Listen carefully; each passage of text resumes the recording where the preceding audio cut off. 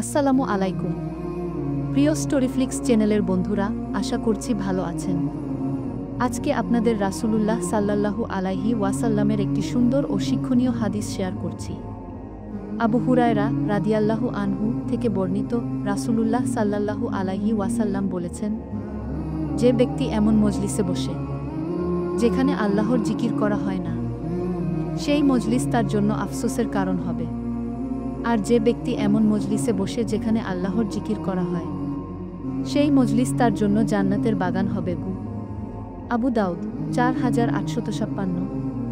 এই হাদিসটি আমাদের স্মরণ করিয়ে দেয় যে আমাদের উচিত এমন মজলিসে বসা যেখানে আল্লাহর স্মরণ ও আলোচনা হয়।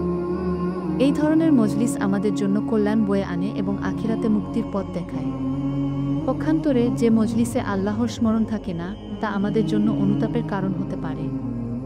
রাসূলুল্লাহ সাল্লাল্লাহু আলাইহি ওয়াসাল্লাম বলেছেন, যে ব্যক্তি আমার কোনো হাদিস শুনে অন্যের কাছে পৌঁছে দিবে, সে কিয়ামতের দিন আমার শাফায়াত লাভ করবে। তাই ভিডিওটা শেয়ার করুন।